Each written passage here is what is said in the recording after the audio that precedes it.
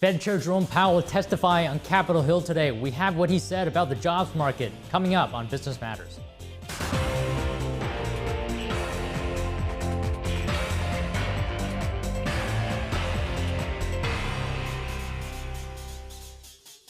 Good afternoon, and thank you so much for being here with me today. I'm your host, Don Ma. So some market news first. Major U.S. indexes mixed today. The Dow down just 0.1%, S&P up 0.1%, and the Nasdaq same, up 0.1%. So although the S&P rose a little bit today, it did make a all-new high in its closing, but much of those gains are just tied up in a handful of companies. We'll talk more about that later. Our first story after markets is about oil and gas companies. They are restoring operations, restarting them actually in Texas after Hurricane Beryl lashed the state. Energy firms and ports shut down operations ahead of Beryl's arrival. The hurricane's 80-mile-per-hour winds damaged some facilities, and Texas is actually the largest U.S. oil and gas producing state. It accounts for around 40% of oil and 20% of gas output. Any weather-related interruptions could impact crude and fuel production levels, though the impact on oil and gas productions is expected to be minor. Most producers and facilities were ramping up output, but about 2 million customers remained without power in Texas.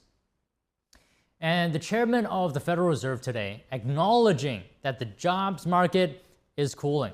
But he says he's increasingly confident that inflation is on its way down to a more normal level. The Federal Reserve's official mandate is to ensure maximum employment while keeping prices stable. So speaking to Congress today, Chairman Jerome Powell suggesting that the Fed is now increasingly concerned about the maximum employment side of the equation. Here he is.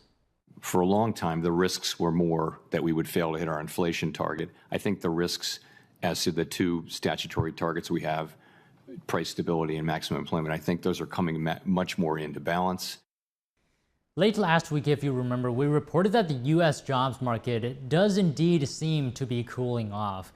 The unemployment rate hitting its highest in 2.5 years.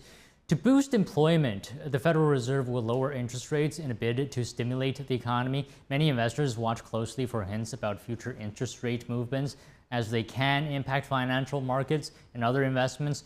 But Mr. Powell today keeping his cards close to his chest. Today, not going to be sending any signals about the timing of any future actions. So when manipulating interest rates, the Fed mainly targets the Fed funds rate. Right now, it's at around 5.5%. So when pandemic lockdown started, the Fed cut that rate to basically 0%. And this helped ensure that there were enough liquidity in the financial markets to prevent a crisis. It also made borrowing costs lower for businesses and consumers, helping the economy through the lockdowns. And now the economy seems to be weakening again, and the Fed is set to cut that rate. We're just not very sure exactly when that will be. And also on Capitol Hill today, Treasury Secretary Janet Yellen testifying before the House Financial Services Committee. Ms. Yellen was there to discuss the state of the international financial system. Our Washington correspondent Luis Martinez has the details. Secretary of the Treasury Janet Yellen testified before the House Financial Services Committee this Tuesday during 3 hours. Secretary Yellen's main message to lawmakers centered around Russia and China not accessing advanced AI technologies. Well, we recognize that in artificial intelligence, it's widely used for many different purposes, and the regime that we've proposed is really oriented toward those uses that are clearly national security risks. I spoke with the Vice Chair of the House Financial Services Committee, Congressman French Hill, and he believes that sanctions against Russia should be enforced more aggressively. The banking system and the energy system in Russia should be sanctioned even more aggressively. And finally, I asked Secretary Yellen today about the Repo Act. I think they could be, again, stronger, more forceful, and more aggressive on that point as well. And Congresswoman Young Kim, the Republican from California, believes that the Treasury Department should be more hawkish towards the Chinese regime. PRC is not a developing country. It is the second largest world economy only after the United States, yet they game the system by going to World Bank, IMF, and they get the lowest interest rate loans, only to turn around and reinvest that in the truly developing countries. This is how they game the system and use that as a debt diplomacy. Throughout this Tuesday's hearing, Republicans and Democrats showed bipartisan support for the possibility of China and Russia accessing advanced AI technologies. Reporting from Washington, D.C., Luis Eduardo Martinez, NTD News. During the first quarter, many restaurant executives said business was down, from Darden restaurants to Noodles & Company. With Q2 earnings results coming up, we take a glance at the industry. Here's the story. Service in the U.S. is abysmal. Izzy Karish is the president of Hospitality Works, a firm that advises restaurants internationally. He says the same number of people are going out to eat, but they're ordering less. Food prices are way up. Drink prices are way up. So going out to eat these days is very expensive. And what customers are doing, they're still going out at that same rate, but instead of getting one appetizer for two people, they're getting one appetizer and sharing. Karish says half of his customers are restaurants that are failing, losing between $20,000 and $3 million a year. He and his team are helping them figure out what's wrong. Analyst Pete Jock says customer experience quality is at an all-time low in general throughout the U.S. I'm paying more for products, services, but I'm not seeing that reflected in better value in the product or better service. He believes the trend will continue if companies don't improve. Complaints in restaurants about service are much higher than they used to be, and rightfully so. The level of service in the U.S. has fallen substantially. Izzy Karish, the president of Hospitality Works, says the service in restaurants has gotten pretty bad. He says restaurants are struggling to find employees, and those they do find receive much less training. We're going to briefly teach you how to talk to the guest, but as soon as that guest starts to ask any question, that server doesn't know. And the server doesn't know where the food is, how to pick it up, how to serve it to the table. Harris says the main problem is that it's hard to find people, so businesses are just accepting lower standards. So despite the talk of a weakening economy, small businesses are reportedly feeling a bit better about things. So confidence jumping to a 6-month high in June, the NFIB Small Business Optimism Index climbing to 91.5, but June actually marked the 30th straight month that the index stayed below the 50-year average. Concerns remain on the radar, includes inflation.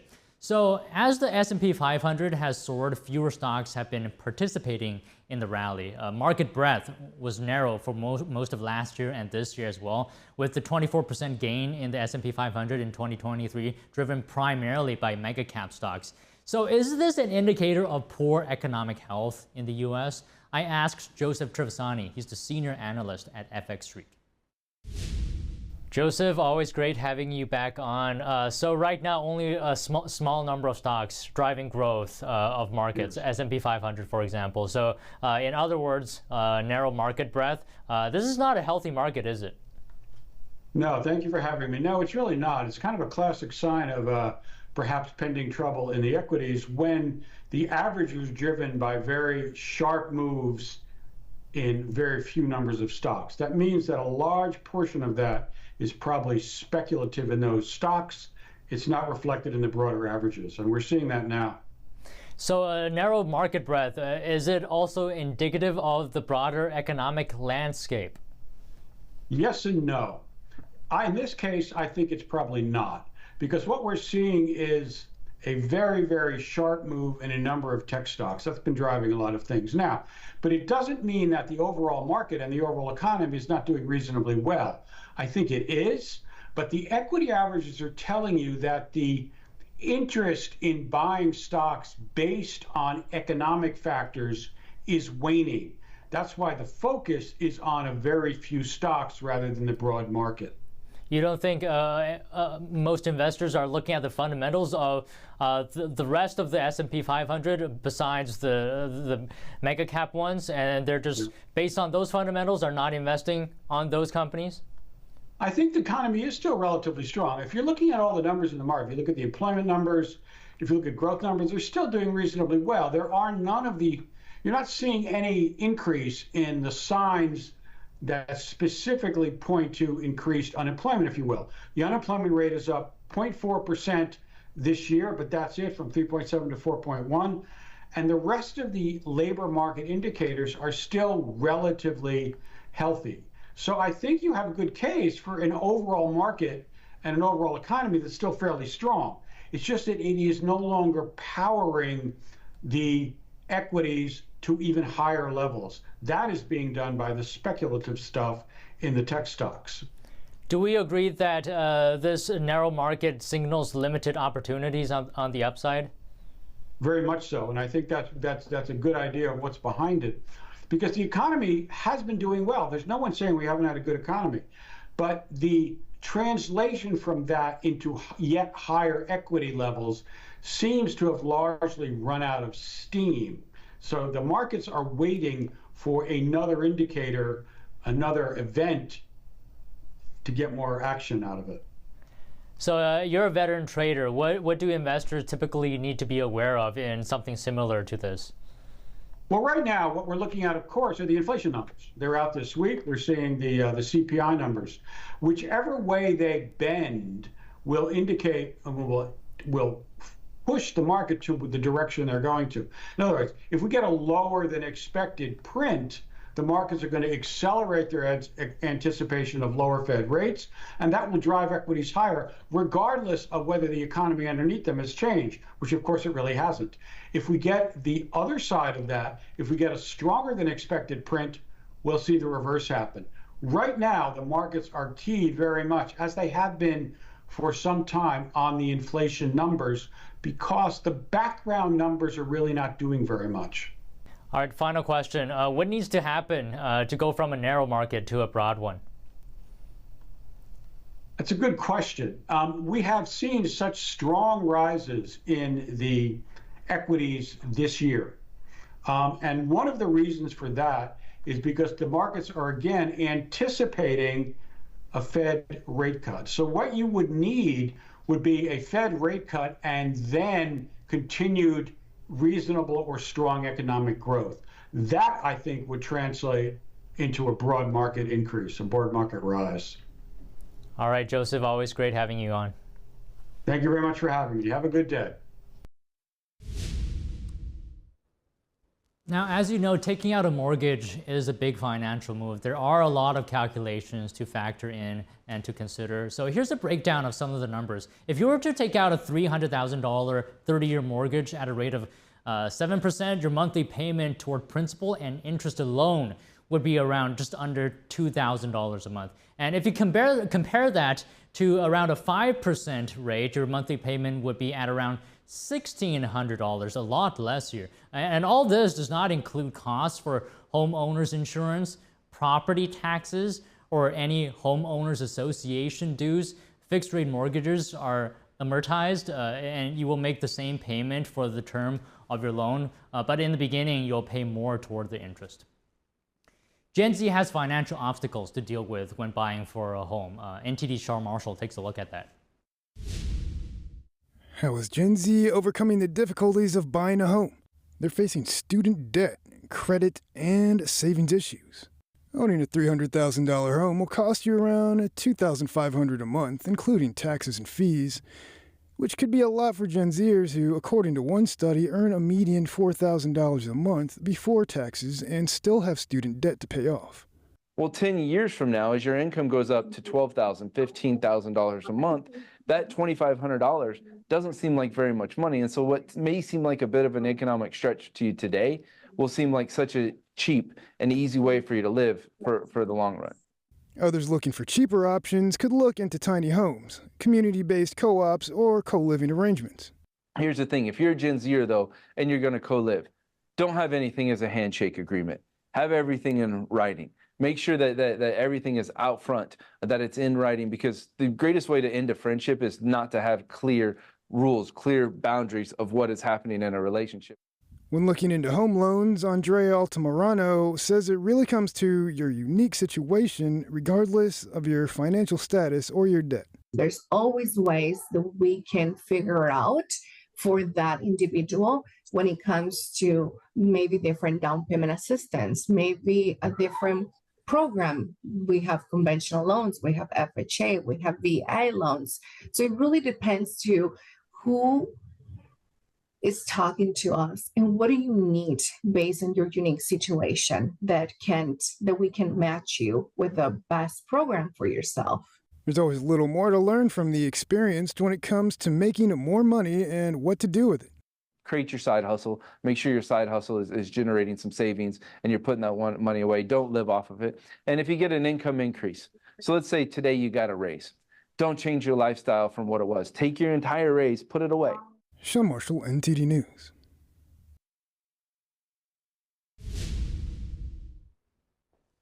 One more thing before we take a break. The Federal Trade Commission has found that a few key players in the pharmacy industry have an outsized influence. So the FTC has wrapped up a 2-year investigation into top pharmacy benefit managers and their impact on prescription drug prices in the U.S. PBMs act as middlemen between drug companies and consumers. They negotiate fees with drug manufacturers and create lists of medications covered by insurance and more. So the FTC said that in its findings that these powerful middlemen may be profiting by inflating drug costs and squeezing other pharmacies. So the 3 biggest PBMs are units under United Health Group, CVS Health, and Cigna Corp. CVS denounced the findings and as well as any increased regulations. All right, going to break now, but coming up, a United Airlines plane losing a wheel on Monday while taking off from Los Angeles. The aircraft involved was a Boeing 757. And a driverless car hits a person crossing against light in China, highlighting the challenge for the autonomous driving technology. We have that and more. Don't go away.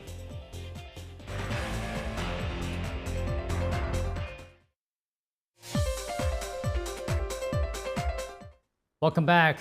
The Federal Aviation Administration is investigating after a United Airlines plane lost a wheel on takeoff. The incident happened yesterday. United Airlines 1001 was taking off from Los Angeles International Airport when the wheel fell off the aircraft. The plane landed safely at Denver International Airport. The wheel was later recovered in Los Angeles. So the Boeing 757 aircraft was carrying 174 passengers and 7 crew members. No injuries were reported. United Airlines said the cause of the incident is under investigation, and the FAA is conducting a separate investigation as well. And the U.S. wants to keep a closer eye on who is buying land near 56 additional military sites. So foreign purchases have risen national security concerns. The proposal would bring the total number of monitored military sites to 227. The multi-agency U.S. Committee on Foreign Investment in the United States is responsible for this task, and the idea of giving it power over land purchases near military bases began in 2023 after a Chinese chemical manufacturer wanted to build a plant near a U.S. air and space base. So this May, President Biden blocked a land purchase from a Chinese-backed cryptocurrency mining firm. It wanted land near a Wyoming nuclear missile base. Biden blocked the sale on national security grounds. And staying on China, a driverless car crashed in China, highlighting the challenges to AI technology. The car started moving when the light turned green and had a minor contact with a pedestrian. This is according to Chinese tech giant Baidu in a statement to Chinese media. So the statement said that the person was taken to a hospital and had no obvious external injuries. And posts on social media appeared to largely support Baidu, as it appears that the pedestrian had broken the law. An expert told a Chinese financial news outlet that driverless technology may have limited technology when dealing with unconventional behavior when other drivers or pedestrians do break the law sometimes. And the U.S. and its allies are warning that a hacking group sponsored by the Chinese Communist Party is a threat to global networks. They issued an advisory led by Australia and joined by the U.S. and 6 other allies. Australia's cybersecurity agency has accused hackers named APT40 of stealing passwords and usernames from 2 unnamed Australian networks a few years ago, and says they're still doing similar things today. This group conducts cybersecurity operations for China's Ministry of State Security.